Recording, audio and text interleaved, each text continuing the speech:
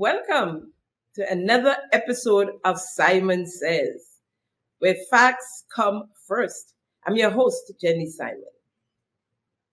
Get your popcorn, get your drink, get your pills, get your water, sit down, fasten your seatbelt. Today, we're going to get a little bit of updates, and then we're going to get back to the meat of the matter, the 2023 budget presentation. That's where it gets really warm, that second half. Really, really warm. So we'll take a quick break. I'll come right back.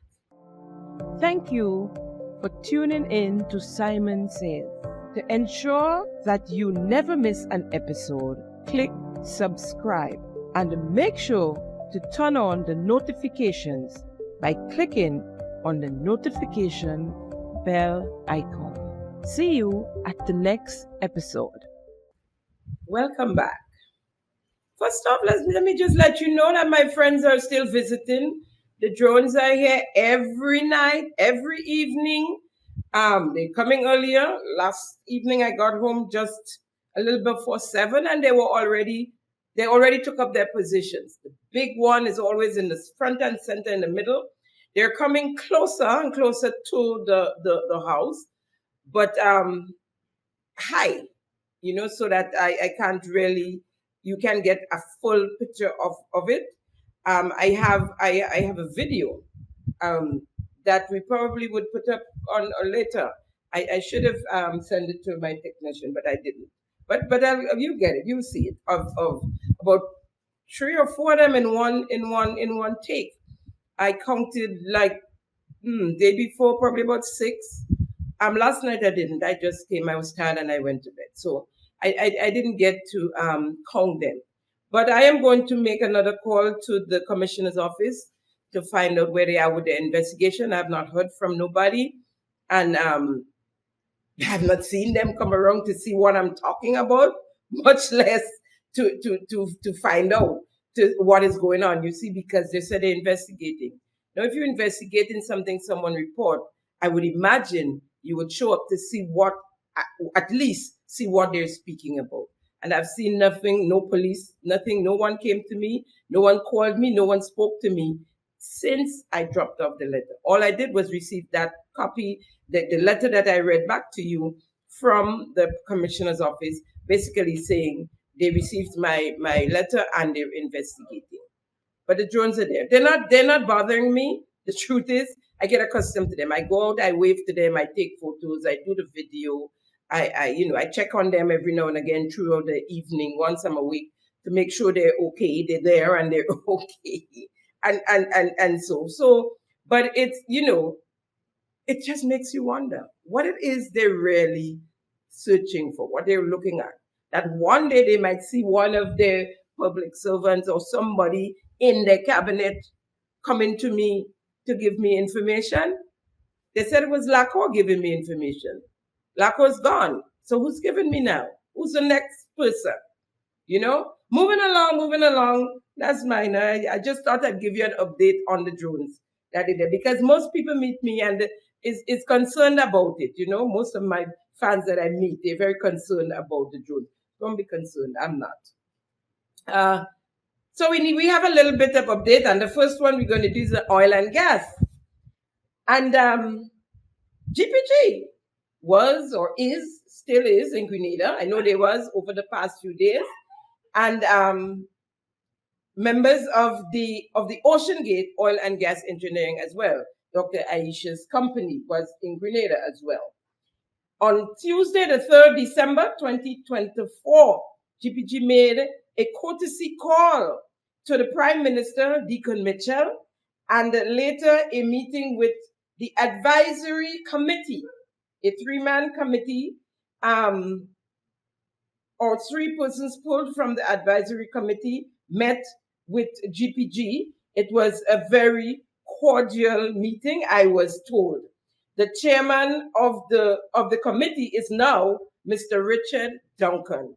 That's another Superman, The amount of committees that Richard is on, most of which he's chairing. He is in the chairman of the CBI, and I mean, just That's another Superman.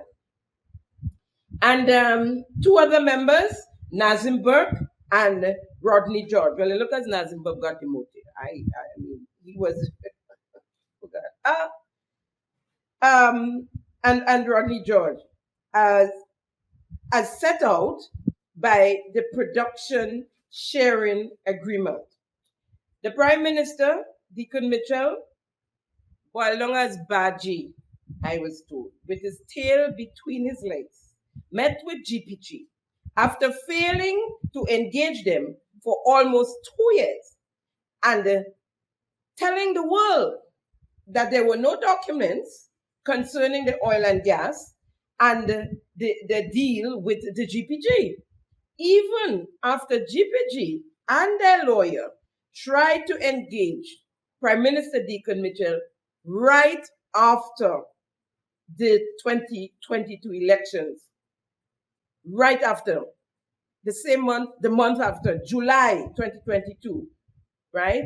They tried to engage the Prime Minister. They were ignored. Now, since the so-called missing documents was found and Dr. Aisha did not back out of the deal with GPG, as the Prime Minister tried to get her to do, and they realized a considerable amount of work was already done by GPG. In total embarrassment, the Prime Minister finally met with GPG. The world now knows that they lied. It is also clear that Dr. Mitchell's announcement in 2018 was no hoax.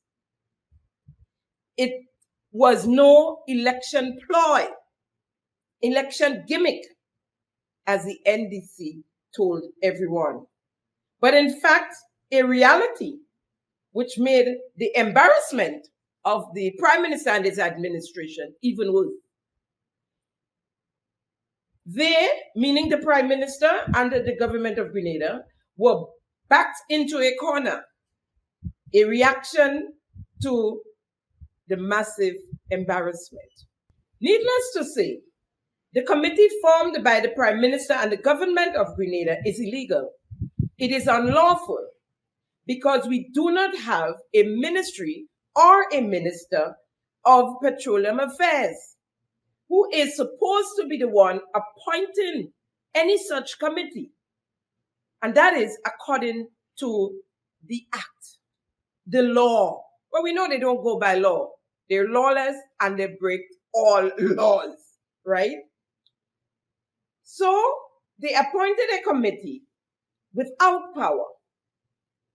These guys have no remorse, no conscience. He continued to break the law. So GPG was here, met with the Prime Minister, met with his three-man committee, and we're yet to hear anything from the Prime Minister or the government of Grenada on GPG being here. Silence. As the young people say, crickets. In other updates, the H.A. Blaze Street project is concluded and the road is now open to the public. Thank you, thank you, thank you.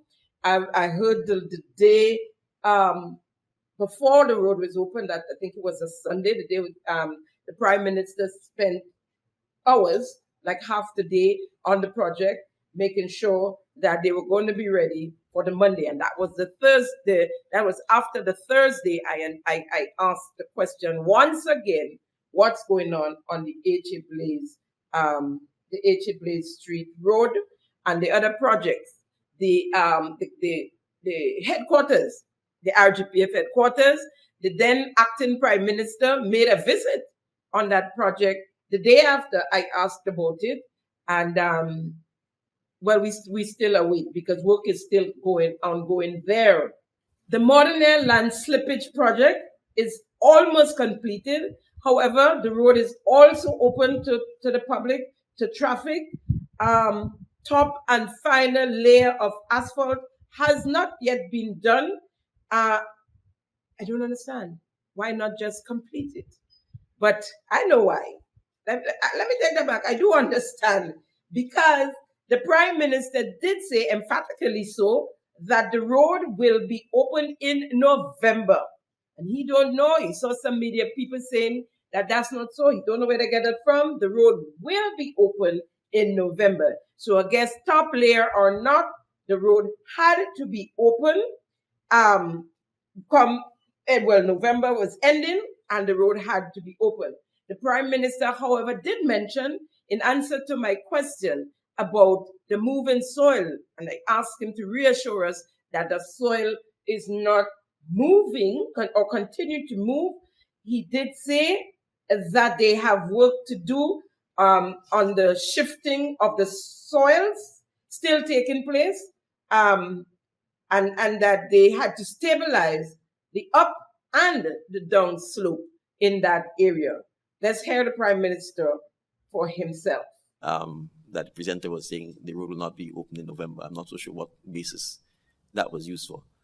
So that we expect to happen. I just want to point out there is still rock soil stabilization work to be done upslope and downslope, because a lot of the material that is downslope is materials that were simply cut off from the hill and dumped at the bottom, and obviously we have the sea at the bottom. So we will engage in ensuring that we can take the necessary steps to make sure that the upslope is stabilized, as well as the downslope. So that's the outstanding part of the work that will have to continue, but that will not in any way impact the access, vehicular access or pedestrian access to the road. There we go. So we have that to do, some stabilizations there to take place.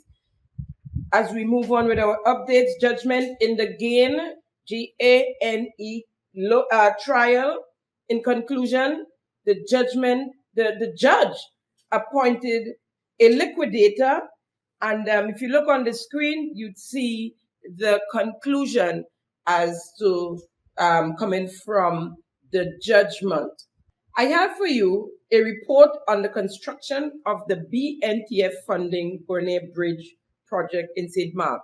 Now, BNTF has been around for a while, and as I understand it, actually, since 1979. And we always hear BNTF, BNTF. And I don't know, and that most of you know what BNTF is about, who is BNTF. And so I would give you a little bit of who or what is BNTF. Now, BNTF spells Basic Needs Trust Fund, which is an arm of the government. It operates largely by grant funding from the Caribbean Development Bank, CDB. It has a measure of counterpart funding, which means that added to the grant funding, there are fundings from the government as well. The government has to put up a little something to add it to the grant funding. Not much, but sometimes something, a little, grant fund, a counterpart funding. Focus specifically on areas like poverty reduction, uplifting vulnerable groups like the elderly and the children, sanitation, helping impoverished communities, education, helping rebuild schools, and etc. BNTF, which was established as a unit, established, as I said before, by the PRG and the Climate Smart Agriculture and Rural Enterprise Program, that's SIAP, and that was established by the NNP, is under one umbrella, or was, should I say, under one umbrella, called Rural Development, right? And that establishment was established by the former administration, the NNP. The outfit BNTF and the entire process, however, as I said, was established in 1979 by the People's Revolutionary Government through the CDB.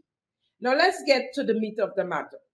The Bourne Bridge project was one of the projects the Deakin-led administration met in the pipeline, so to speak, when they came into office. And like some of the other projects, it was implemented by the Deegan-led administration.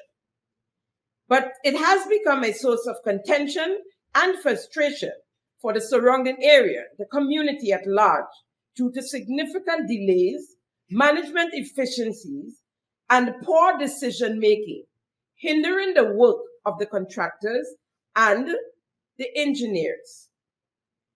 I have here a document, if you look on the screen, you'd see, which shows the 10th cycle of the BNTF program. Every cycle runs for a 4-year period, and this 10th cycle started in 2021 and ends in 2025. This document shows the projects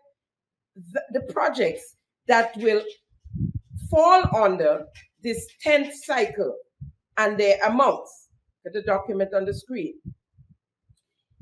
You see here, the Bonaire Bridge total was $1,950,000. However, I have information that the project to date is estimated at $2.3 million from April 2022 to date, and the project is not nearing completion. In an official release dated April 12th, 2022, and I read, officials from the Caribbean Development Bank and the Basic Needs Trust Fund office on Tuesday, April the 5th, visited projects financed by CDB and the government of Grenada. And the team was accompanied by the parliamentary representative, Honorable Clarice Modeste Owen. Meetings were held with beneficiaries of the Down Street and the Better Village toilet facilities as they relate to their satisfaction with the improved facility. So added to that, the bridge, there's supposed to be toilet facilities also built. Visits were also made to 2 approved projects to the BNTF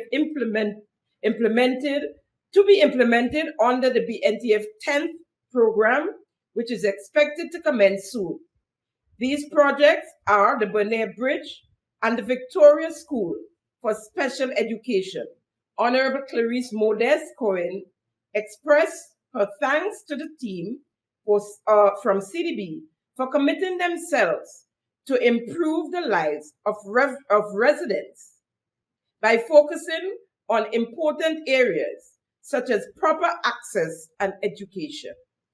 She also expressed the need for the immediate construction of the bridge as it serves the community of Bonaire, farmers, students, teachers, and by extension, the wider community of St. Mark.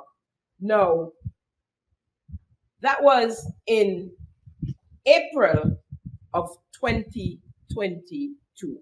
If you look on the screen, you'd see photos of that release I just read out there with the CDB people, the minister, the then minister Clarice Modeste Cohen, and other related folks in the area. And the bridge was supposed to start, as I said, in 2022. Now, elections came in June of 2022. That release was put out on the 12th of April 2022. And by then, the new NDC administration had to implement the project, of course. Now, it took the implementation, as far as I understand it, almost 2 years to be implemented. And 6 months later, or more actually, the estimated project of $1,950,000 became $2.3 million. Now, we ought to be broke as a nation. I mean, we were operating on a deficit, And it is clear, because all these projects continue to have overrun. Every project implemented by this administration that they found in the pipeline. Remember the minister of MIT going to Parliament with a piece of pipe, saying all NNP project was in the pipeline? Well, that one was in the pipeline as well, right? And all have overruns of hundreds of thousands of dollars, and in some cases, millions.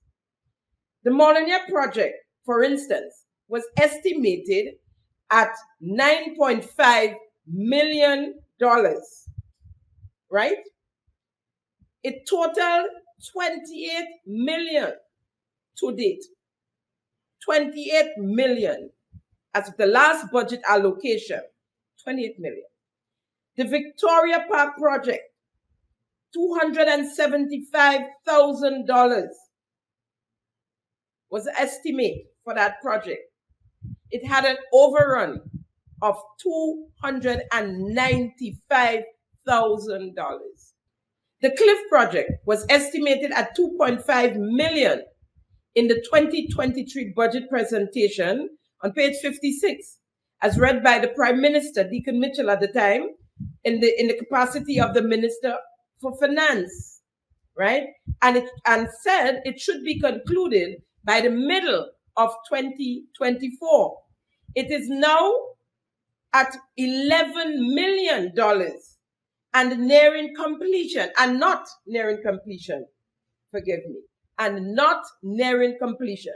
According to the Prime Minister, who is now the Minister for Infrastructure, Deacon Mitchell, the project should conclude at the end of 2025.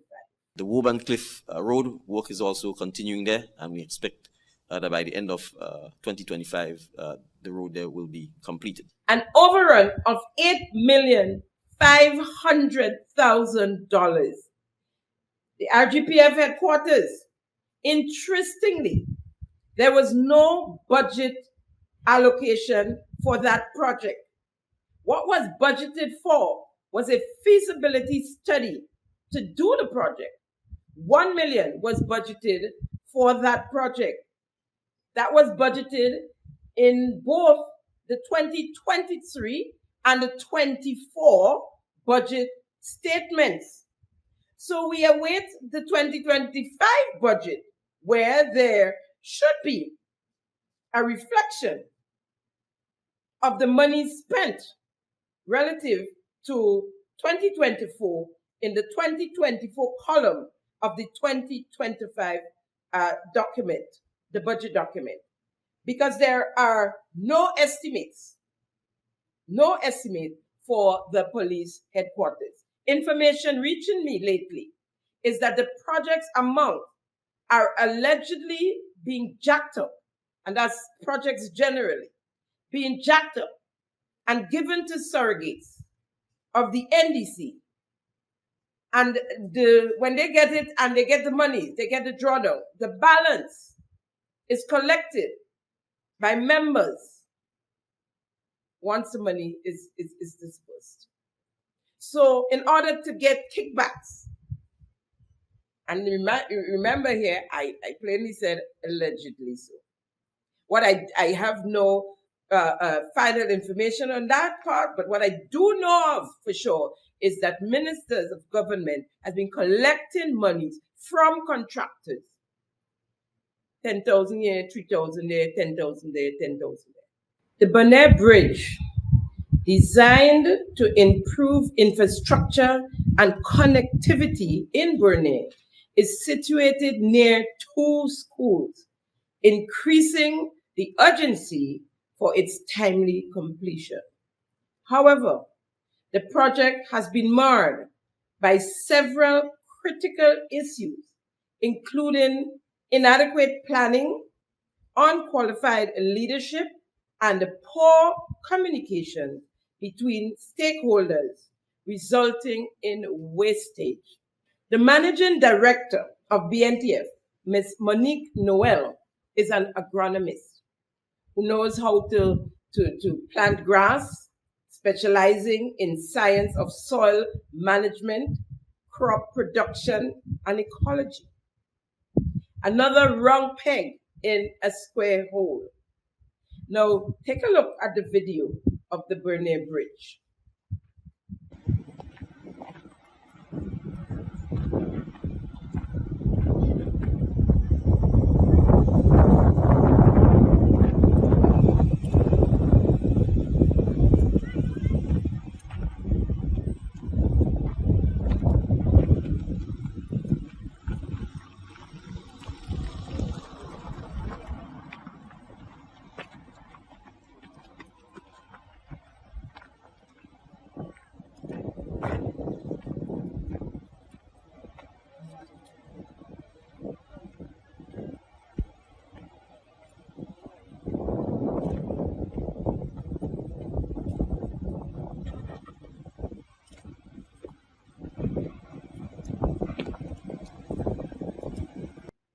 The 6-month tenure, the timeline given for the finishing of the bridge, has long since expired with no clear end in sight.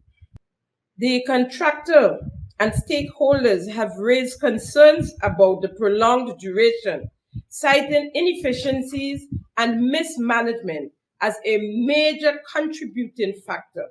The managing director of BNTF lacks experience in the infrastructure development and has been the primary decision maker for the project. The Chief Technical Officer, the CTO of the Ministry of Infrastructure, appears reliant on Ms. Noel, that's the managing director of BNTF, for directions or directives, which undermines the technical oversight expected from the CTO's office. Lack of proper planning, the absence of a bypass bridge during construction has caused significant inconvenience for students and other commuters, as a last only addressed after the construction, or the contractor rather, highlighted its necessity. Mismanagement of funds and resources, reports from the ministry, incidents suggest significant financial mismanagement, with funds allocated to unnecessary items instead of critical project needs. The contractor's suggestions have often been ignored. The project was held up for 6 months because a portion of the bridge, including part of the sidewalk, encroached on private lands, and the government has only recently begun negotiations to purchase the land from its owner, leading to further delays. Contractors are calling for the former acting CTO, Naja Andal, who was removed and placed back in her substantive position as an engineer, praising her competence and effective management. The Bernier Bridge project exemplifies the challenges of poor planning, mismanagement, and political interference in infrastructure development. Urgent creative action are required to complete the Bernier Bridge. There are also issues with the Brothers Bridge in St. John's. Since July the 5th, 2023, a year and 6 months ago, the bridge has been closed to facilitate demolishing and reconstruction of the bridge. Students and teachers of the Shaper School are asking for urgent completion for the Brothers Bridge as well. It has been very frustrating for students and members of the community to commute using alternative routes for such long periods. Shaper is celebrating their 60th anniversary come January 2025 and is hosting a string of events and will appreciate the completion of the bridge to facilitate such access to the school. The NDC administration is disorganized in every way. So much for the implementation government. They had what? They said it was 80-something or 90-something% implementation. Old talk, right? There are issues with the Clarkscourt Bay Road project. What is the chairman of Housing Authority was given the contract to do the Clarkscourt Road the Clarkscourt Bay Road, but since has subcontracted the job to Mr. Buldal of Grenada Pavements under MIT supervision. Nothing done straight or above board with this administration. Reports are that the work is on of a substandard at the Clarkscourt Bay and is in a mess. I have some clips that you can see up here on the screen. So last week, we are going to move into the meat of the matter. And last week, I ended on, just before we move on to the health insurance, we did the health and wellness. And the whole statutorization, according to the Prime Minister and the Minister of Health, and their partnership with the Mount Sinai Jewish Hospital in Manhattan. We heard that we had consultants from the Mount Sinai Hospital here on island. Prime Minister, the consultants, the white ones, the Caucasian ones, so to speak, are complaining. They say they would like their salary on time.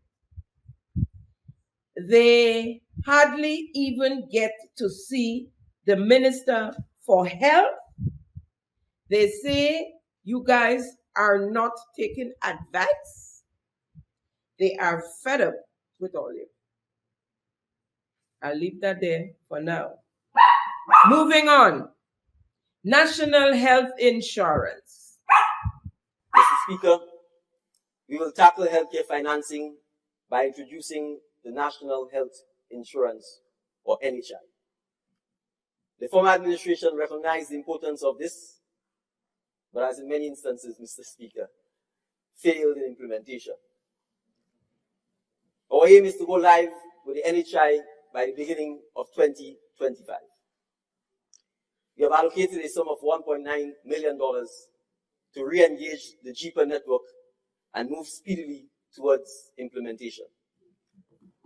As stated earlier, Mr. Speaker, a total allocation of $114.2 million is provided under the Ministry of Health, Wellness and Religious Affairs for 2023, an overall increase of $17.1 million relative to the 2022 allocations, and the highest year-on-year allocation increase in this budget. But the NDC administration of 2008 to 13 did not implement it either. Again, speedily has a different meaning when it comes to the NDC, it seems. They're doing everything speedily, and nothing is happening. Education. Mr. Speaker, we cannot transform Grenada without transforming our education and training systems. Mr. Speaker, alongside health and wellness, transforming our approach to education and training to ensure the delivery of high quality and relevant learning and skills to our population, especially our youth, is crucial if we are to transform Grenada.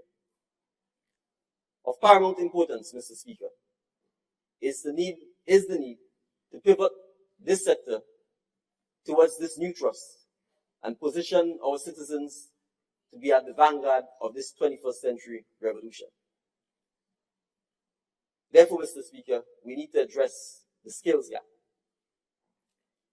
A fundamental issue that we must confront is the gap that exists between the curriculum taught in schools and the skills required for the job market and Grenada's development.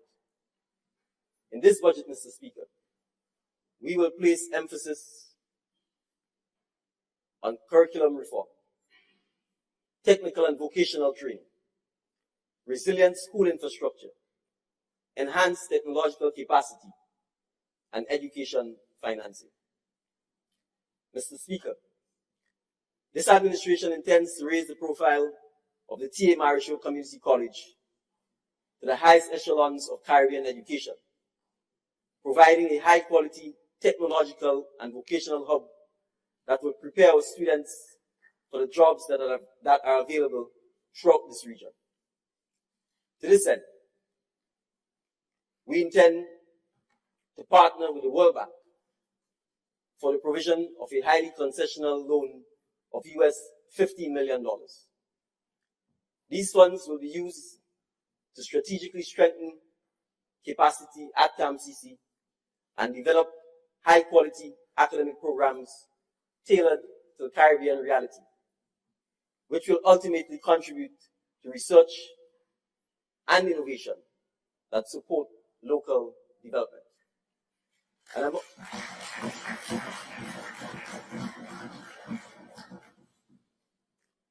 An amount of $500,000, Mr. Speaker, has been allocated for the commencement of the OECS Regional Skills and Innovation Project next year. Specifically, the vision for TAMCC will be achieved through the following initiatives. 1. Institutional strengthening. 2. Promoting regional networks and centers of academic excellence. 3. Supporting high-quality student services. 4. Improving laboratories and workshops. 5. Developing digital skills and digital infrastructure for students and teachers. 6. Implementing information systems to monitor students' skills proficiency, academic progression, and labor market outcomes. Mr. Speaker, capacity will also be strengthened at the New Life Organization, NULO, the National Training Agency, the NTA, the Small Business Development Unit, and other agencies to deliver the skills that are needed to transform our economy and to create opportunities for employment both locally and abroad. This trust, Mr. Speaker, will also include training our teachers and educators so that they can possess the right skill sets to deliver quality education training. Additionally, Mr. Speaker, provisions have been made to train our youth in coding, a critical skill in many future jobs. An allocation of $1 million has been allocated in the 2023 budget for this, Mr. Speaker.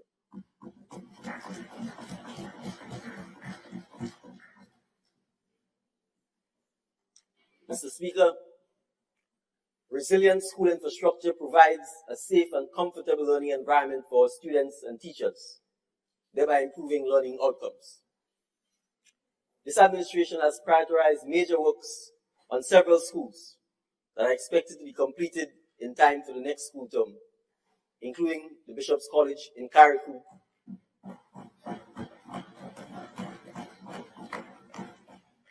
and the Grenada Seventh-day Adventist Comprehensive School in Montrose, St. Patrick.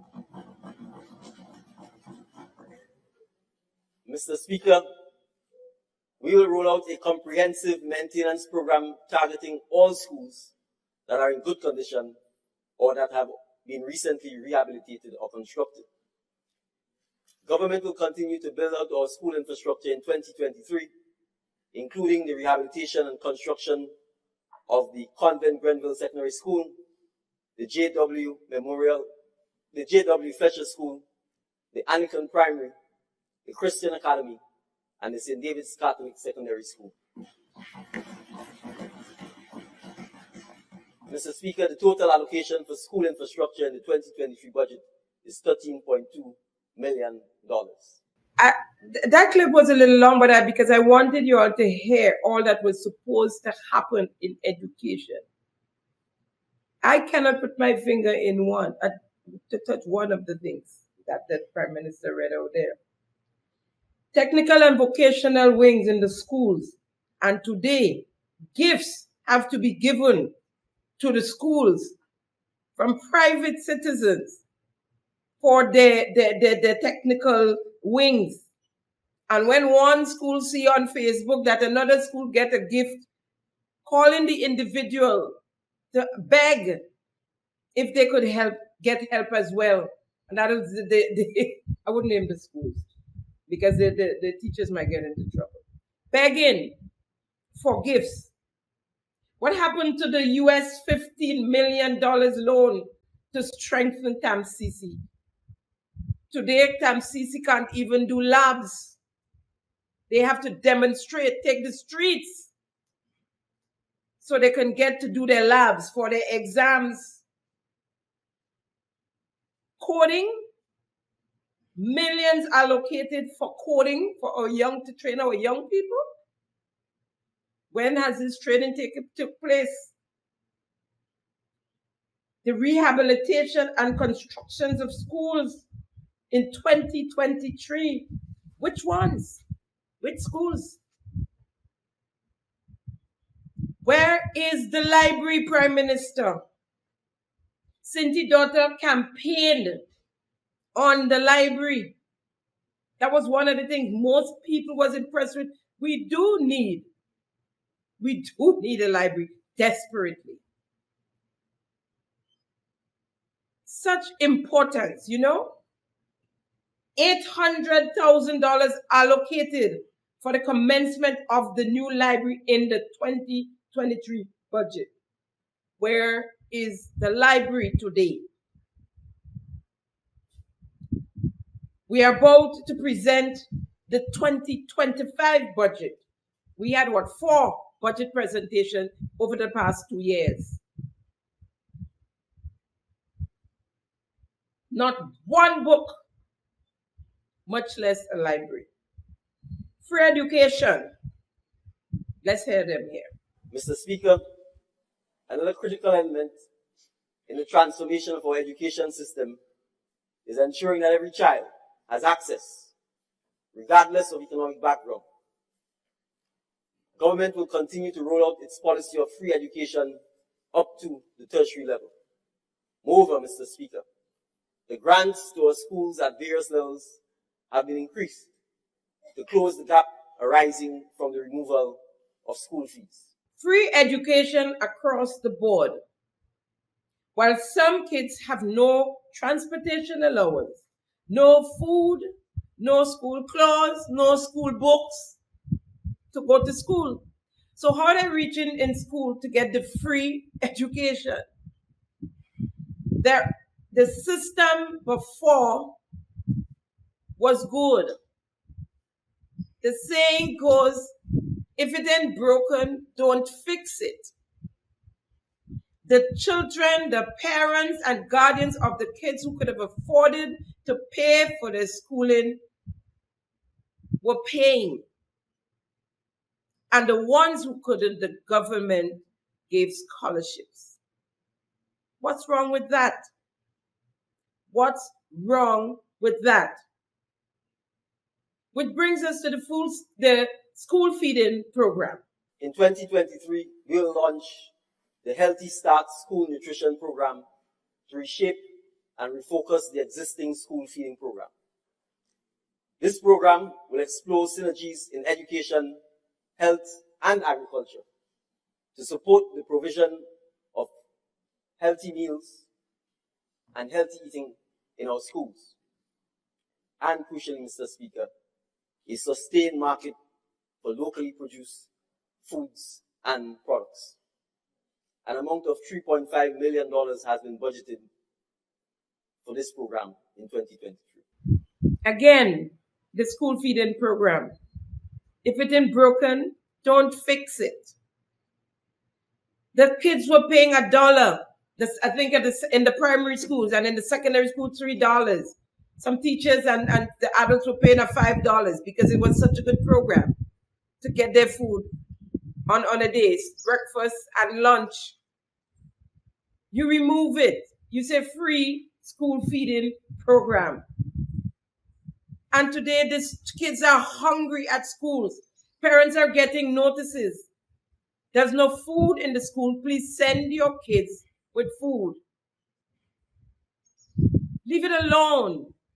Show off is an expensive thing. You cannot afford to subsidize this free school feeding program. You cannot afford it. Now and then when you get a little money, you send something that doesn't even last a month. And then they have to do without. Or beg the parents for money, for food. And the children are not being fed or fed nutritiously at schools. Dry bread with, I don't know what that was. I showed you on my program. I can't figure out what kind of meat it was. In a corner on the bread, on the slices, right? Leave it alone.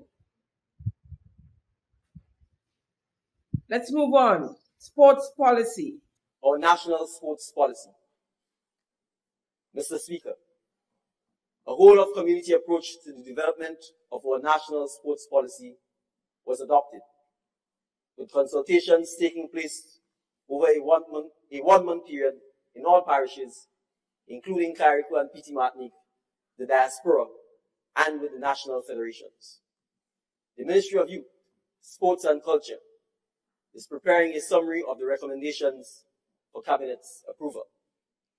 Moreover, a sports policy secretariat was established to support the policy's implementation, and physical locations have been identified for the establishment of parish council offices. To date, no sports policy.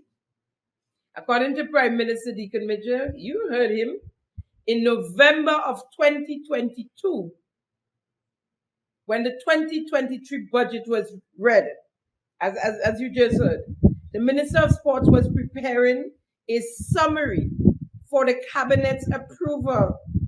Where is the sports policy? 2 years later.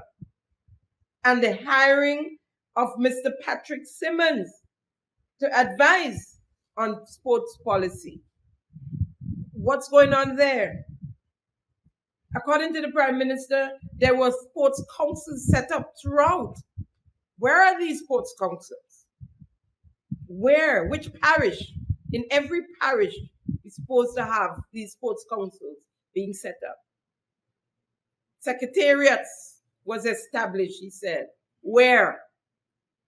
Where are these sports councils, sports secretariats? Where's the sports council period? 2.5 years later. Well, 2 years later.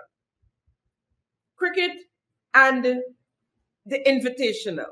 In January 2023, Mr. Speaker, the parish cricket competition will be reintroduced for primary schools. And Mr. Speaker, through partnership with the Grenada Cricket Association, a new gender-inclusive grassroots program for junior cricketers will begin. Sports tourism. Mr. Speaker, the Ministry of Youth, Sports and Culture has been working with the Grenada Tourism Authority to promote Grenada as a sporting destination and has already secured several events for the upcoming calendar year. These include, Mr. Speaker, the Rugby 7 World Series tournament that was recently held in Grenada over this past weekend from December 2nd and 3rd. Mr. Speaker, a total of 32 teams were featured from over 11 countries, including Europe, North America, Africa, and the Caribbean. The Junior Murray International Schools Cricket Invitational from July 3rd to 14th. The Grenada Cricket Club Tournament from October 16th to 23rd. The Grenada Legends Cricket Classics from October 20th to 23rd. The UK Promotional Cricket Tour in 2023. Engagements continue, Mr. Speaker, between the GTA and the Grenada Cricket Association. And we are looking forward to the Grenada Invitational in 2024. Mr. Speaker, in addition to the foregoing, government continues to support many athletes who have been visiting Grenada for training in the off-season for track and field. These visits reflect significant potential for growth in this sector. The refurbishment of the National Stadium.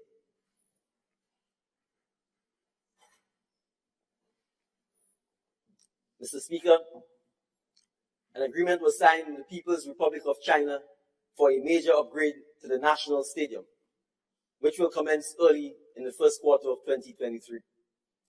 The upgrade includes replacement of the 2 replaced screens, painting of the interior and exterior of the building, all metal works, roof repair, elevator replacements, retiling, replacement of sound and video equipment, camera and surveillance system. Additionally, Mr. Speaker, government is committed to concluding negotiations regarding the lighting of the stadium. Discussions are underway to solve outstanding bottlenecks with the former arrangements and secure a commitment to getting the lighting work started by the first half of 2023. Everything was supposed to happen in the first half of 2023, or in that year period, first 12 months. Cricket, lovely cricket. We know of the training program that's been held in St. David's. Remember the 1,000 cricket kits from gift from Dangote that went to St. David's only. St. David's only. Yeah. The Invitational, and that one stood out for me when I heard the Prime Minister speak about the Invitational. Folks, the government never sent a representative onto the local Invitational Organizing Committee, there was always one person from the government represented on that committee. They did not respond to the request to have a representative from the government on the committee. The coordinator of sports was on the committee in his personal capacity,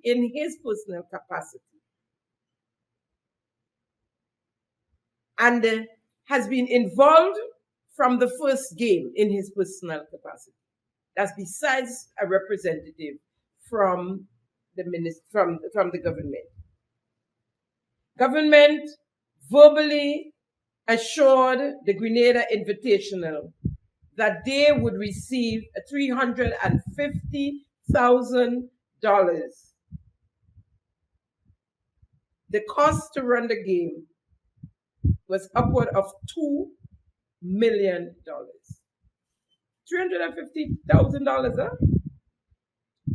The 50th anniversary National Organizing Committee promised to partner with the games to provide funding to bring former Olympians back home to the island for the games.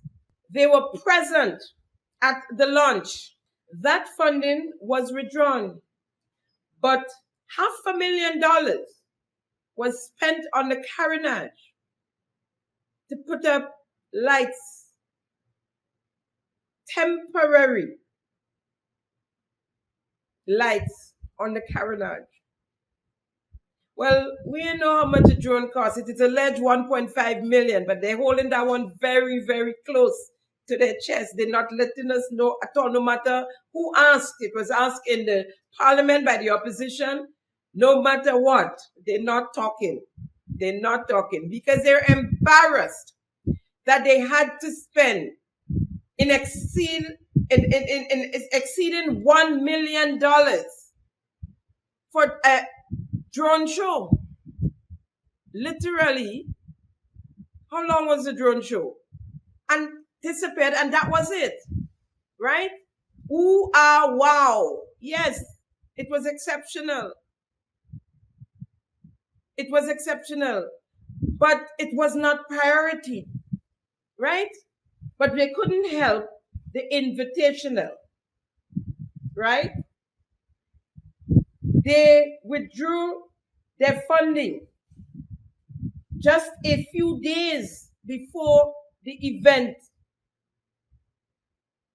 contributing to the cancellation of the event. The CBI unit turned down a request for funding,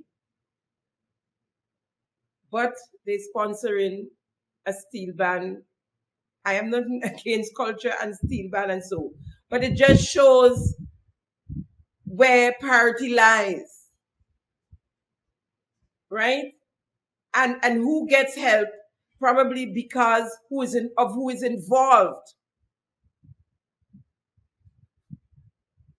The CBI turned down the request from the Invitational for funding towards hosting the games.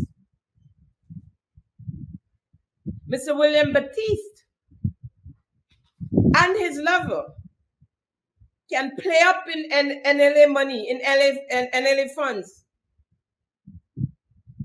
but refuse to help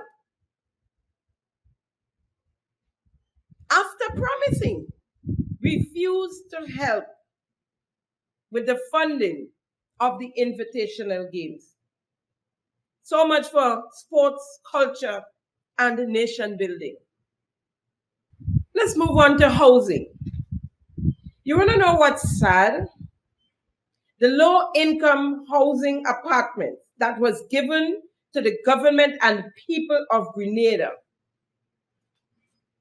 by the Republic, the government and people of the Republic of China as a gift is now being called all sorts of derogatory names by NDC supporters, because they get in there, build back better houses. That's for you to decide, or for when we get the next hurricane to decide.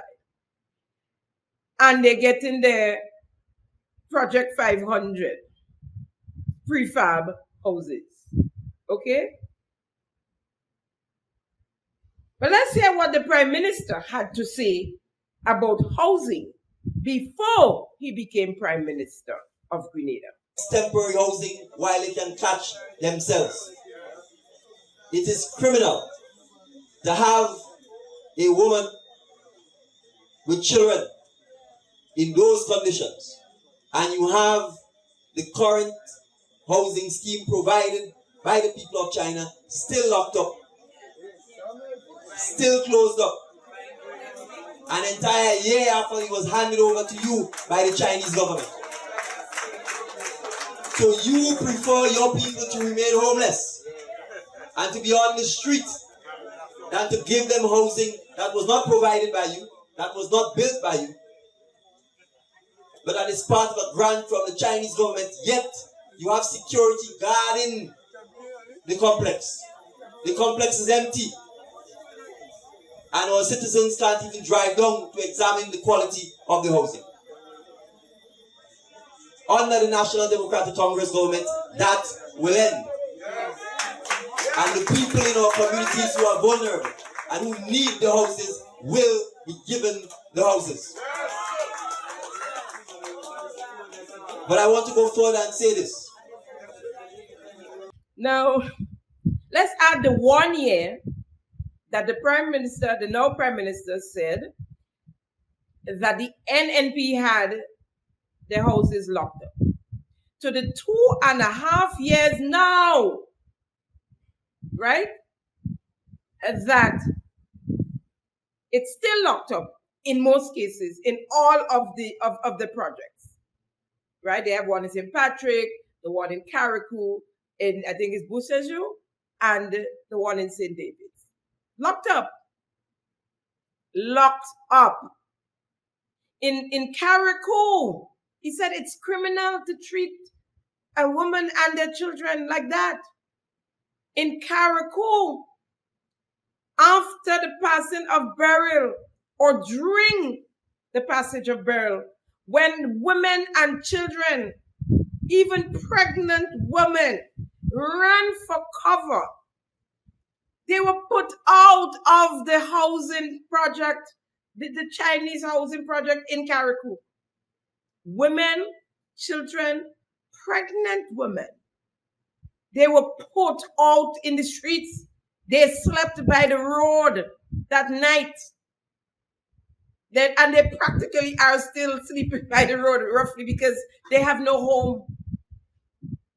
They were put out. But to get into office, NDC will end that. When NDC came in, they told persons, the same vulnerable people the Prime Minister talk about there. You see, before election, they had vulnerable people. Nowadays, they don't want to hear the word vulnerable. Right? So the same vulnerable people he spoke of there, when they came into office, they asked them to go to financial institution, banks, credit union, wherever, to borrow money to pay for the apartments, 50,000 and 83,000 or 55 and whatever, to pay, to purchase the apartments from the housing authority. Have you heard that clip? Yeah. They had to borrow. The Prime Minister also said that within 12 months of being in office, he would roll out his Project 500 to take care of housing in Grenada within 12 months. We're 2.5 years now. What, 30 months? 30 months. He promised within 12 months to roll out his Project 500. 30 months later, we're still waiting on Project 500. Here's the Prime Minister. Let's talk about the state of our housing and the lack of affordable housing for our people, particularly our young people, particularly some of our elder citizens who have no place to stay. There are two ladies who may think I've forgotten them. I haven't forgotten you. In the last 24 to 48 hours, I've been bombarded with requests for help from women who have children who either have no place to stay or about to be put on the street because they have no place to stay. Since 1985, we have not had any systematic plan to provide affordable housing for our people. All we've had is some apartment buildings that have been provided generously by the people and government of China. But these houses or apartments have been handed over to the government of Grenada. And up to now, in St. David's, for example, they have not distributed the houses to the citizens of St. David. Up to now, you can't even walk in the compound because they have security guarding the empty buildings. If you cared about your people, if you appreciated that housing is a fundamental and basic right, there would have been a transparent process. We would have gone to the communities and find the people who are most vulnerable, and we would have known what the criteria is for getting the houses. But let me tell the woman in St. David, you have to take no formal lumber under the National Democratic Congress to get your house.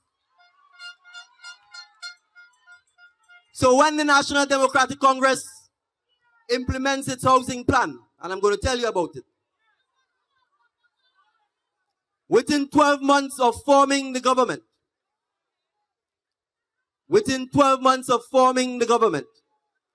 the National Democratic Congress will start a nationwide housing program. That program will be done in conjunction with the private sector, so we will have a public-private partnership.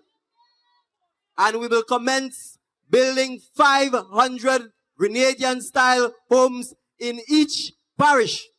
and we will do so each year thereafter, so that our citizens of Grenada can live in affordable housing, not apartments, with their front yard or their backyard that they can improve in their own image, shape, and likeness over the next 5, 10, 15, 20 years.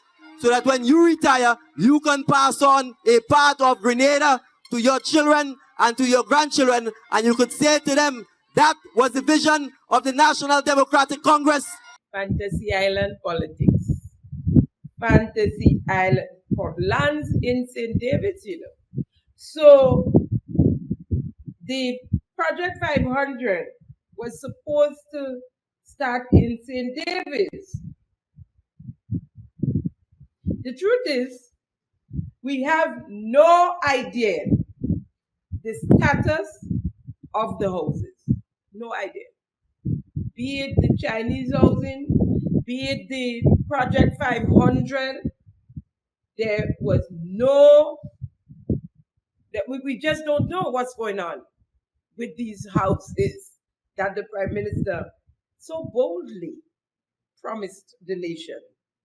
500 a year in every parish. In the 2023 budget, the Deacon Mitchell-led administration, their first budget, this is what the Prime Minister and the Minister of Finance, of course, had to say.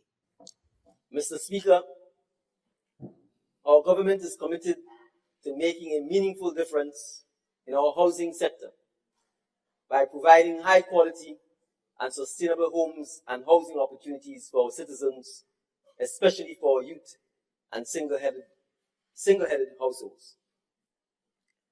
Mr. Speaker, in the past 10 years, the former administration spent in excess of $100 million on housing support.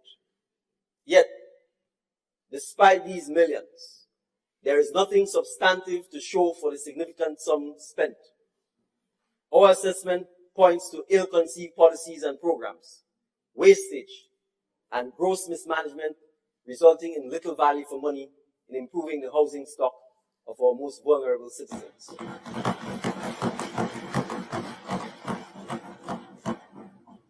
As a result, Mr. Speaker, the housing deficit is vast, and many families remain in urgent need of support. Our commitment to affordable housing. Our commitment in this term, Mr. Speaker, is to deliver 500 high-quality, climate-resilient Grenadian-style houses.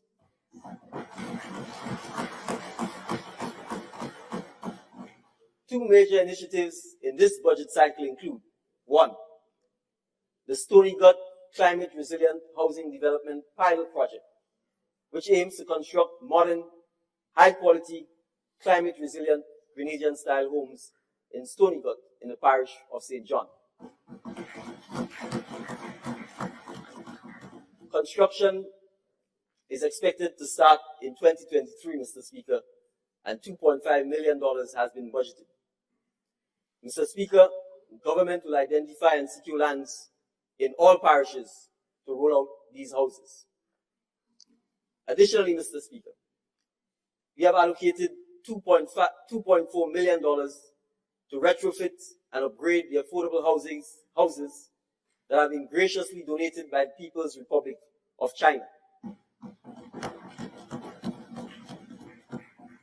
We commit to the allocation of the 647 units no later than June of 2023.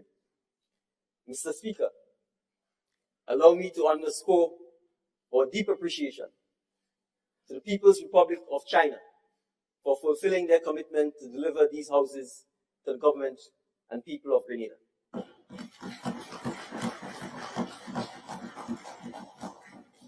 The second phase of the project, which included retrofitting the houses with the necessary amenities for comfortable living, such as closets and kitchen cabinets, was the responsibility of the former administration. And it is no surprise, Mr. Speaker, that this part of the agreement remains unfulfilled. Our government has committed to completing the retrofitting of the houses to ensure that families. Stony Gut, 2.5 million for 500 houses in Stony Gut, St. John. Keep that in mind. 500 high quality Grenadian style homes now change to prefab houses in Dunfermline, St. Andrew. And this is important because what we are trying to do is to make sure that we can significantly reduce the cost of housing in Grenada. If you ask to build a 2-bedroom, modest concrete house, is at least $250,000, $300,000, $400,000. On the salaries that people are working for, you'll never be able to get a house at that price point. So what we are hoping to do with these contractors is to use technology, modern technology, that can allow us to do prefab houses. That is, houses that are actually built or manufactured as much as possible in factories. And then what you're doing is you are installing the homes. So we would build the foundations, but you are literally installing the homes, installing the plumbing, installing the electricity and the other amenities. What that should allow is for a much more rapid, I'm going to use the word installation of the homes, in a shorter space of time, where you can then do a lot of houses quickly and hopefully cheaply. So what happened to the Stony Gut project that should have started in 2023? 2.5 million allocated for that project. Also, 11.6 million committed to the unallocated to the 647 Chinese housing apartments to be distributed in June of 2023. In June of 2023. Today we have Project Build Back Better, a housing project to facilitate the affected citizens of Hurricane Beryl. To date, 5 months later, the only handed over house for Project Build Back Better was given to someone who was not affected by Beryl in the south of the island, in the housing scheme to be exact, the neighbor and friend of the Minister of MIT, Minister Andy Williams. A total of $24.5 million was given to Minister Andy Williams to play with in the last supplemental budget in September of 2024 towards Project Build Back Better. $24.5 million. Months later, and that was the model house, actually. The model house that was hurried up to show us when they had the launch. The launch in St. Patrick and the house in Grand Anse. Right? And it was given to someone who had was not affected by Hurricane Beryl. That's all we have to show for Project Build Back Better. 24.5 million, remember that. 15 million, and that's not of the 24 million, that's another 15 million for the reconstruction of 200 homes in St. Mark, St. Patrick, was given to Minister Andy Williams again. 15 million at $50,000 per house, including labor, material, and equipment costs, if deemed necessary. So 200 houses at $50,000 is $10 million. $10 million. All right, again. I couldn't help that one. What is remaining? $5 million. What's the $5 million for? The people continue to ask, what is the $5 million for? Right? Folks, I'm going to give you a bonus on housing. In St. David, who require housing, will be able to apply in a transparent and fair manner and get the housing that is available and standing there but have not been distributed to us. So to the women, the single women in particular, raising children and who don't have a place to stay, I can assure you that not only will the Chinese housing be available, but that the National Democratic Congress intends to roll out a housing plan to improve the housing stock throughout the length and breadth of Petite Martinique, Carriacou, and Grenada. And we've already begun to identify lands in St. David where we can carry out that housing project. Lands in St. David where we can carry out that housing project. We went from St. David's to Stony Gut to Dunfermline. And the poor and vulnerable women of St. David, can you all tell me how many of you all have received housing in St. David's in the apartment complex, the Chinese apartment complex? How many occupants are there in that project? How many? I would love to know. Seriously, would like to know. We're moving on to the vulnerable. Let's hear what the Prime Minister said there. Reimagining social protection and safety nets and tackling poverty. Mr. Speaker, this government intends to uplift and protect our most vulnerable through the provision of targeted support and the provision of empowerment tools to become more productive citizens. Accordingly, Mr. Speaker, our administration will safeguard existing social protection and safety net programs and will seek to create new innovative approaches to best assist our citizens. Importantly, we will work towards improving the targeting and effectiveness of these programs while streamlining our delivery.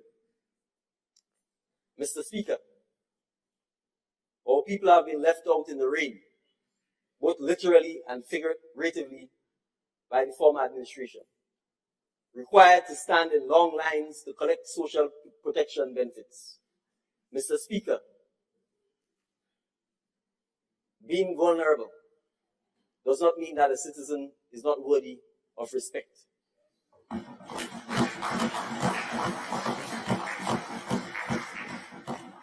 It is for this reason that we are reimagining our social protection and safety nets to ensure that they are sustainable, comprehensive, and effectively implemented to reduce our high levels of poverty and inequality while maintaining the dignity of our less fortunate.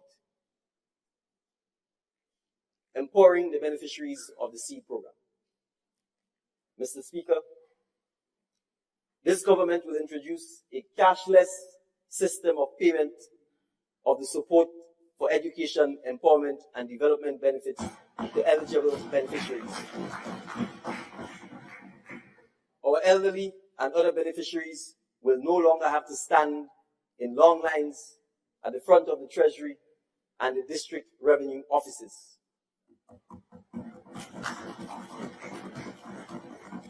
We have also approached the World Bank for technical assistance to improve the targeting of these benefits to those who are really in need. Furthermore, Mr. Speaker, this administration intends to do more than simply provide cash handouts, which keep many of our citizens poor and dependent on the state. We will incorporate new components to empower beneficiaries to graduate from the program where applicable. An allocation of $18 million has been budgeted for the SEED program. Moreover, Mr. Speaker, while we work to improve delivery and targeting of social safety nets, government in collaboration with local partners, will continue to provide support under the various additional programs. The budget for social services in 2023, Mr. Speaker, is $32.9 million. Cashless, he said. The vulnerable is still out in the rain, Mr. Prime Minister. Still out in the rain, both figuratively and literally. Still out in the rain. To date, as we speak, through you, Mr. Speaker. Agriculture, food, and nutrition. I now turn to the second of government's 5 overarching pillars. Pillar number 2, economic transformation. Mr. Speaker, government's plans for economic transformation embraces private sector-led economic growth and increased productivity. This strategy is hinged on the foundational strengthening of critical infrastructure and policies to allow for the effective evolution of Grenada's approach to business. Specifically, government will focus on transforming the following areas in the first budget year. 1. Agriculture, food and nutrition security. 2. Tourism and hospitality. 3. The creative economy. 4. Digital transformation. And 5. Private sector development. Agriculture, food and nutrition security. Mr. Speaker, improving Grenada's food security has never been more urgent. Global disruptions such as climate change, paired with the COVID-19 pandemic and Russia's war in Ukraine, continue to negatively impact the production and cost of food and the efficiency of food supply chains the world over. A survey conducted by the Caribbean Community, CARICOM, in September of 2022 found that overall, the number of insecure people within the English-speaking Caribbean has increased by 1.3 million people, or just over 46% over the previous 6-month period. Notably, nearly 4.1 million people, or 57% of our collective population, now face food insecurity. To combat this worrying reality, this government will prioritize agriculture, agro-processing, and the marine economy. Our allocation of $54.3 million is by far the largest allocation in the past 10 years.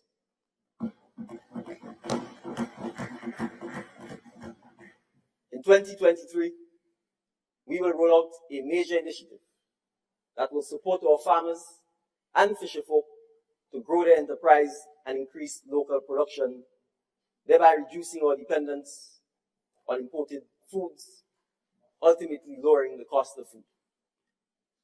The Food Security Enhancement Project is estimated to cost $27 million to be implemented over a 12-month period. Major initiatives under this project include production support for crops, livestock, poultry, and fisheries. Mr. Speaker, government aims to significantly increase the acreages under production by at least 20 acres. To this end, direct support will be provided to farmers to increase the production of specific crops, namely white potatoes, cassava, yams, dasheen, corn, and bananas. Government recognizes the rising cost of farm inputs and will therefore provide support in the form of land clearing, plowing, planting materials, fertilizers, farm labor, training, and technical services. Small-scale livestock and poultry producers will receive support to upscale production rates in the form of feed provisions, equipment that incorporates local feed, housing support, and training. Similarly, support will be provided to small-scale fishers in the form of fish processing equipment and training, such as filling and drying, improving fishing catching techniques, such as the use of fish aggregating devices or FADs, and the facilitation of access to fishery equipment and fish storage. Equipment and training. Mr. Speaker, we understand the significant investment needed to secure adequate equipment and much needed training to upgrade agricultural processes. To this end, our administration will provide support to 1. Enhance agro-processing facilities through the provision of equipment such as food chippers, dehydrators, and grinders to support the processing of targeted commodities. Establish and support labor enterprises by providing training and access to critical equipment such as weed eaters, chainsaws, and pruners. Strengthen programs to combat predial larceny through data collection support, transportation support in the form of motorbikes, training support, and enforcement support. Food security has never been more urgent, says the Prime Minister. We are now importing many more foods than we were at the beginning of 2022. Everything under the sun, orange, tangerine, bananas, of course, we've been importing bananas, lemons, cassava, yam, dasheen, arrows, potatoes, carrots, ginger, you name it, we're importing, right? 54.3 million allocated to agriculture and nutrition security, says the Prime Minister. Correct, he says, the largest allocation in 10 years, well, in ever, because he so wanted to interfere with NNP 10 years, but there was no other allocation larger than this. So let's say it, the largest allocation ever, not just in the last 10 years.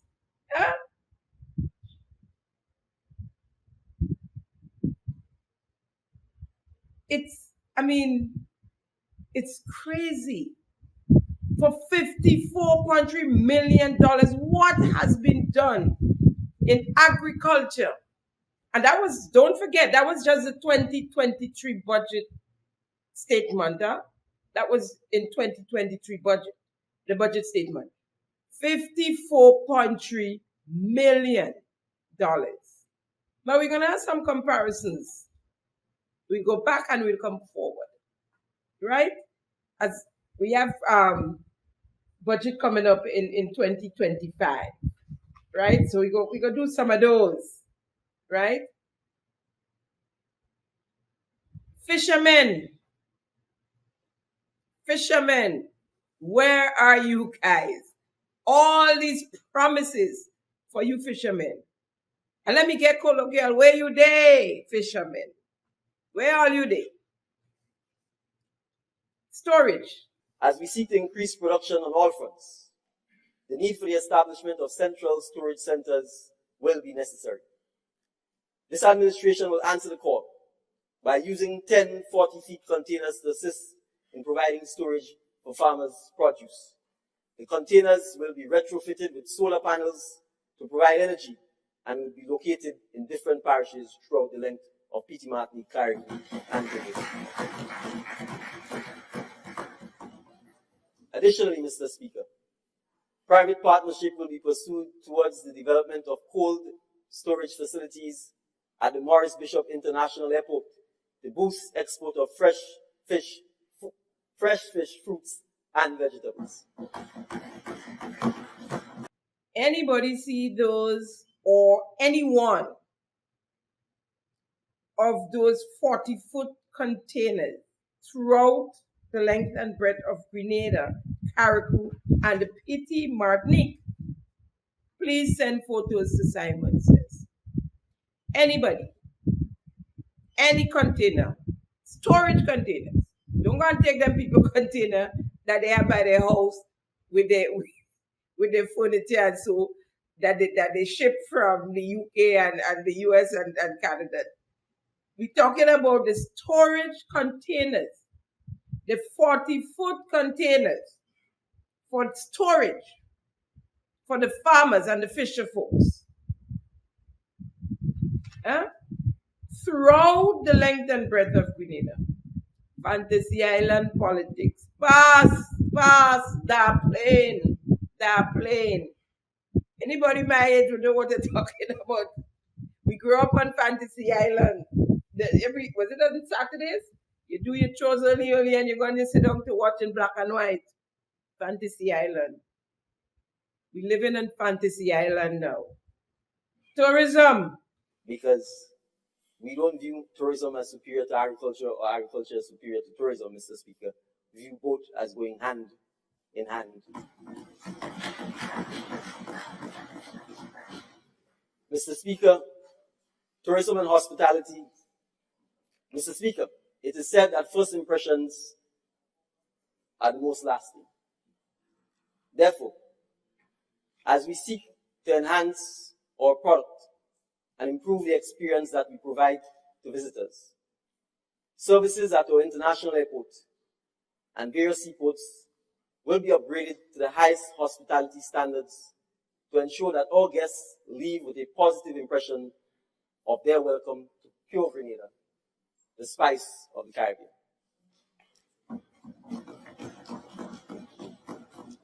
And so, Mr. Speaker, we will address the ease of travel. Efforts are actively being pursued to streamline the immigration processes at our points of entry. The goal, Mr. Speaker, is to have every visitor complete the immigration process in 5 minutes or less. To date, we have successfully removed the embarkation-disembarkation card or ED card for passengers leaving our shows and implemented a digital border management system. Airport fees were removed for residents of Carriacou and Petite Martinique traveling to Grenada. And a kiosk machine has been installed at the Harvey-Dale Ferry Terminal in Carriacou. Mr. Speaker, plans for the next 6 months include the procurement of an additional 10 kiosks for air and seaports, upgrading existing kiosks to process passports of other nationalities in addition to the Grenadian passport, removal of the ED card upon arrival at the airport, online payment of passport fees and other related fees, online processing of passport applications, implementation of e-visas, integration of passengers' name record or PNR and artificial intelligence AI into the border management system to aid in processing passengers before arrival into Grenada. Agriculture and tourism, hand in hand. The next 6 months, he said it. Now, lest we forget that budget presentation here that you see him in there was in November of 2022. So this here is 2 years later.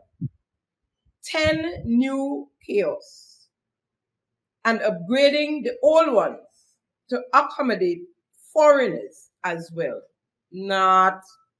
Nothing so. Promoting private sector development. Mr. Speaker, the private sector is our engine of growth and prosperity. It is therefore crucially important that we support our businesses and put the necessary frameworks in place to facilitate an environment for sustainable growth. In this regard, government will address several critical areas next year as we seek to improve transparency, streamline processes, and enhance relationships within the business sector. Review of the incentives regime. Mr. Speaker, in the past 11 months, government has provided incentive support mainly to the private sector in excess of $200 million. Since its introduction in 2016, the current incentive regime has worked well in providing much needed support to help the private sector grow and flourish. However, there is certainly room for improvement. We have heard the calls to level the playing field, and government also recognizes the need to align the incentives regime to support our transformation agenda. In this regard, we will establish a technical working group to review the current regime and make recommendations to the Cabinet for improvement by end of June 2023.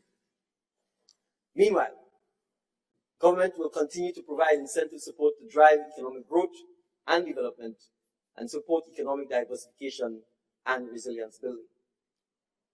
According to Mr. Speaker, the Micro, Small and Medium-Sized Enterprises Support Program, which provides concessions on critical equipment, building materials, and a vehicle to support business operations, will be extended for a further 6 months from January 1, 2023. Small Business Incubator Pilot. Mr. Speaker, one of the many useful recommendations coming from our community consultations calls for the establishment of a centralized location that can provide hand-holding services to MSME startups and growth stage companies. In this context, we are actively pursuing the establishment of small business incubators in strategic locations across the country, with a special focus on rural areas. These incubators will provide essential services and training to increase the likelihood of success of these MSMEs, thereby facilitating employment creation and economic growth. Well, this one speaks for itself, really. This is the worst business climate as business owners we have felt since the recession, without there being some sort of disaster. And I'm speaking of hurricanes and pandemic. This period, since the coming of the Deacon-led NDC administration. But of course, we have a steady disaster NDC. NDC is the worst disaster that we have come across as a nation. Tell us about this technical working committee. By the way, how many of those such committees have you put together, Prime Minister, since you've been in office from 2022? I am almost certain you yourself can count how many of these working committees that you have put together. And what are their findings? All we hear about is the forming of these committees. What are their findings? You never come back to us after their purported setups. I don't even believe some of these committees was even set up. But it's just lyrics, smooth talking. You know? MSME, the infamous MSME program, this micro, small, and medium enterprise program was set up to help businesses recover from the COVID-19 pandemic.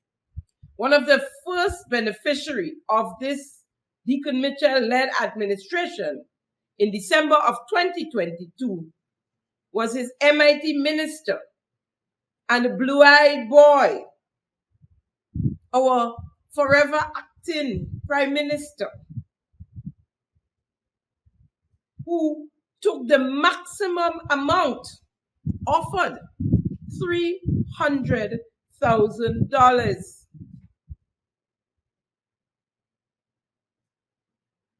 It's just in the family. It's all in the family. Bolstering trade. Bolstering trade. Mr. Speaker, the value of goods exported over the last 5 years only averaged $34 million. But when compared to goods imported at a bill of US $400 million. Therefore, increasing exports of our locally grown foods is paramount in driving growth, employment, and foreign exchange. Our administration recognizes the power of trade as a catalyst for social and economic development and intends to strengthen existing trade relationships and build new ones that provide opportunities for growth and development and the creation of sustainable jobs. To this end, government is pursuing the following two major initiatives. One, enhancing exports through the strengthening of the Grenada Bureau of Standards project. The objective of this major project is to facilitate market access and enhance the competitiveness of Grenada's food exports by providing the necessary conformity assessment services to ensure compliance with food safety regulations. Furthermore, the project will enhance our national quality infrastructure to improve the food safety control system, including the construction of new laboratory facilities at Queen's Park, St. George. Construction work on the new laboratory facilities will commence in January of next year, and an amount of 2.3 million is provided for this in this budget. Timelines and deadlines and lines and lines and lines, all blurred. All blurred. Folks, since the coming of this NDC administration in June of 2022, it's been downhill from here, downhill at a steady pace for us Grenadians, Caricunians, and Petit Martinicans. And as I mentioned before, we are now importing everything under the sun. Did the Prime Minister speak of a new lab for the Bureau of Standards? Where is this lab that was supposed to be constructed from January of 2023? It's 2.5 years later. Where is this lab? I mean, all these things, you've heard it. Quite a few of them I wasn't able to go into and expound on because of time. But I know that you would listen and you would say to yourself, where are these things that this Prime Minister spoke of since 2023 to date? Invisible. We have no sign of. Some of which was again mentioned in the 2024 budget. Nothing, nada, just big figures and comparing figures to the previous administration. And you've done nothing. Nothing, most of them. The only thing this administration have to hold it up is the pension payments they made at the beginning of their tenure. Now they're talking pension reform. That's the only thing they have to, the only leg they have to stand on. You know?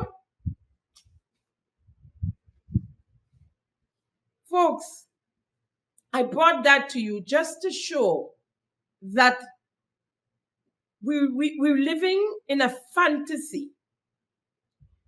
Pie in the sky.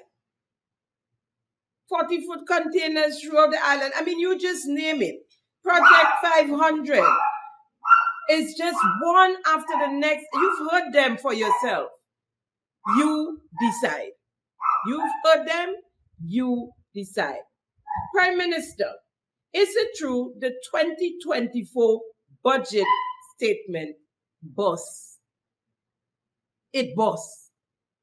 Is it true you and your cabinet cannot account for allocations in the 2024 budget, and this is why you cannot call the 2025 budget?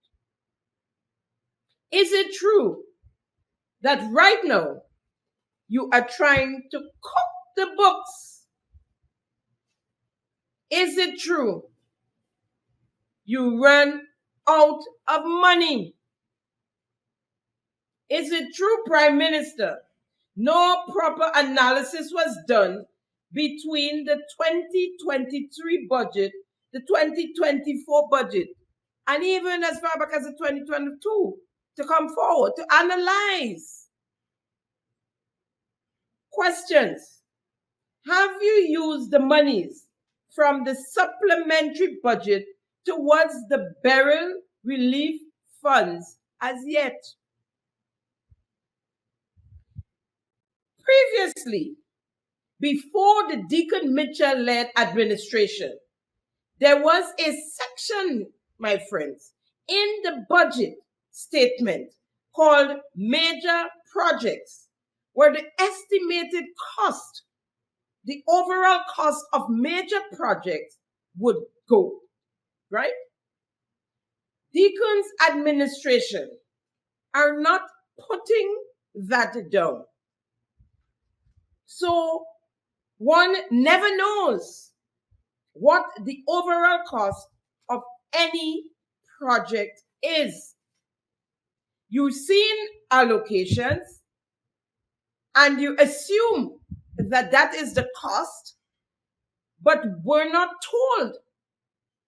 And then you're seeing the costs going up and up and up. And every time there's a budget statement reading, there's another allocation, including the supplementals.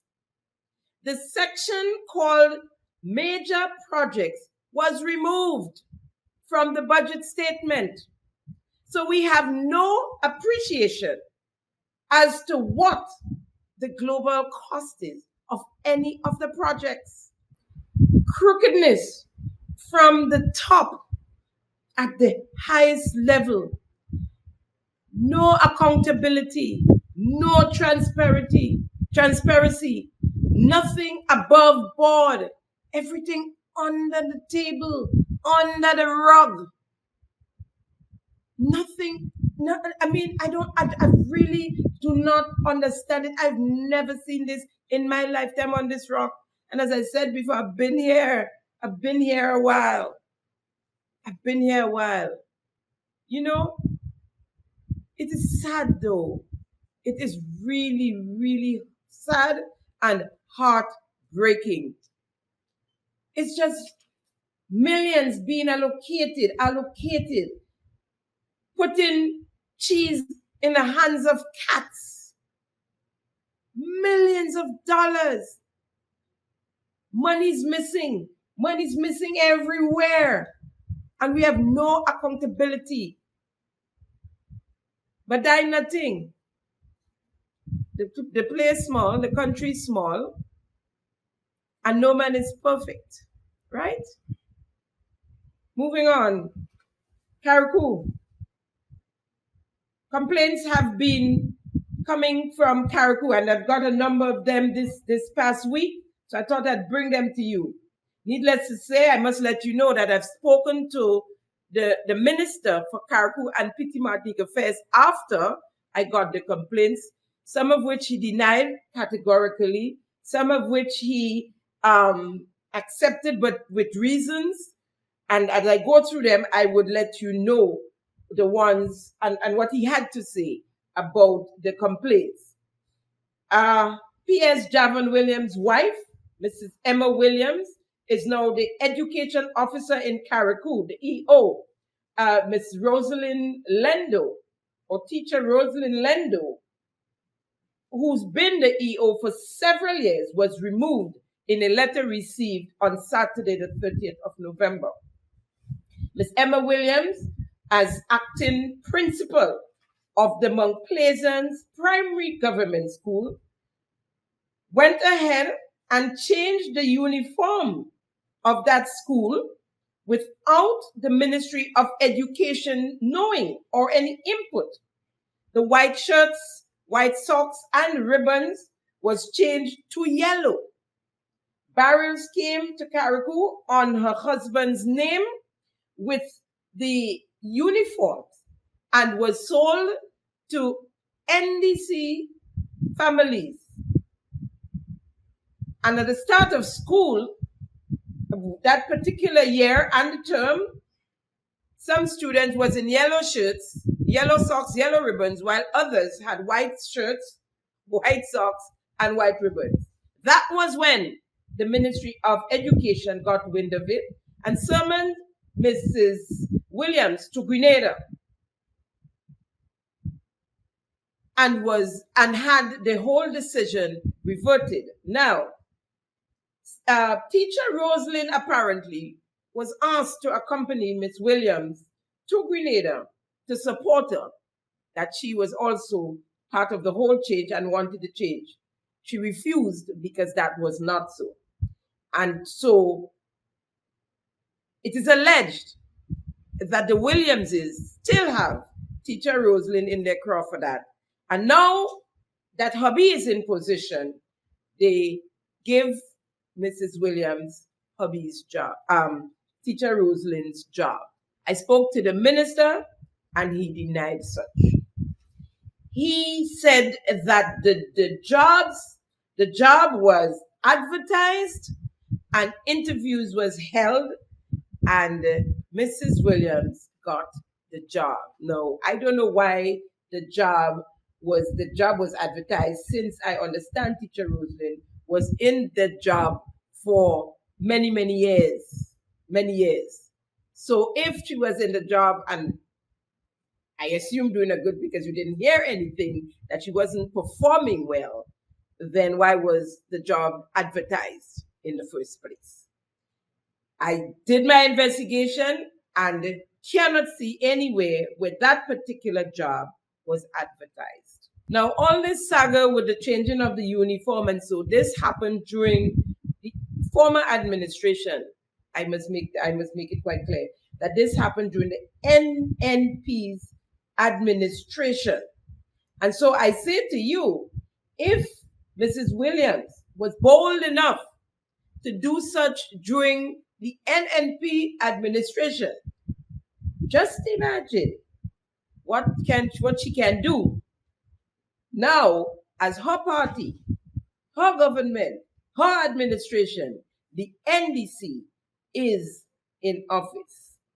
P.S. Javan Williams' sister-in-law, his brother's wife, is now the inaugural director of social development in Carriacou, a new post created just for her. While the minister confirmed that was so, the position was created for her, he said that she too, that position as well was advertised and interviews was held to no avail. My investigation proved futile. The PS brother started a security firm after the elections of 2022 and has government offices as his clients. The PS's sister, who lived in and worked in Grenada, has recently, and I mean very recently, returned to Carriacou and was hired by the Grenada Development Bank, Carriacou. Now, I don't believe I had mentioned that in the aftermath of burial, the PS's wife was the person in charge of NADMA on the port receiving goods. It is alleged by individuals from Carriacou that the wood that built her preschool after the passage of burial, when she lost her school where she was renting, and so now she has her own school, she was able to build a wooden school. And the people of Carriacou seem to think, it is alleged, that the wood was wood that came in from Trinidad on the port after burial. And it is also alleged that the cots and even some plastic suckaway, I was told. All are in the pre-primary school. All the wipes and nappies and toys that came in for the children of Carriacou and Petit Martinique are in the preschool. The newly donated prefab houses for Carriacou is also in contention. Complaints are that 26 out of the 27 homes went to NDC supporters and 1 to NMP supporters. I, of course, asked the minister about that, which he denied, of course. I did my digging. I was told it may not be 26, but quite a few, and most of it was given to NDC supporters. Maybe 2, I was told, was given to NNP supporters. Whatever happened to the people of Petit Martinique? Are they going to get these prehab houses as well? I mean, PM Petit Martinique seems to be the forgotten island. And I do believe they deserve better. I do believe. Even monies allocated to them have not gotten to them. What is this? I spoke to you all last week about the $200,000 for the GoFundMe from the DeCalls, from Adam DeCall. Where is it? And the other GoFundMe that was in the name of Petit Martinique. What is going on? Who is to give accountability of those? The complaints of the garbage on the island of Carriacou still remains. And there's a question to the authority, I guess to the RGPF, who burnt down the garbage heap in Harvey Vale? Word is that the results of the investigation showed that it were families of, or kids belonging to families of, that who supports the NDC. And because you surrogates came out saying it was NNP supporters who burned it down and what they should do with them when they catch them, not a word. Crickets. Everything gone still, quiet about the burning down of the garbage, the field in Harvey Vale. You guys are something else. As clear, you can see through you all, as saran wrap, as clear as plastic bags.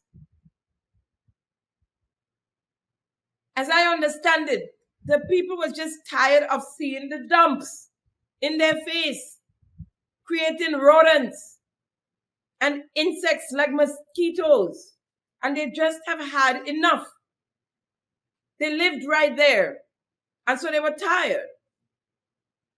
And so they set it afire. The Bushes and the persons still cleaning in Carriacou are complaining that each time they work, they have to wait sometimes weeks on before they get paid.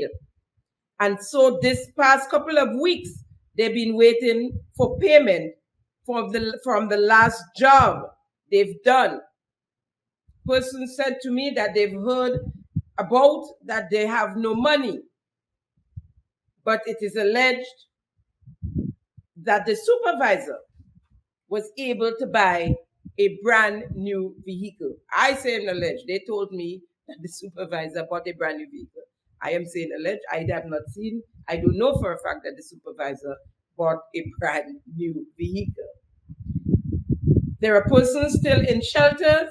They're going to spend Christmas in the shelters in Carriacou.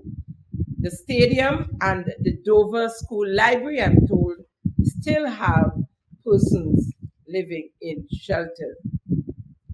A school teacher from Petit Martinique, Mr. Dwight Logan, has resigned his job as a teacher to take up the position of advisor to the Minister of Carriacou and Petit Martinique, Minister Tevin Andrew. Mr. Logan's brother, Terence Logan, is the manager of the Minister's parliamentary office in Carriacou. nepotism is in plain sight in Carriacou and Petit Martinique. Well, in Carriacou.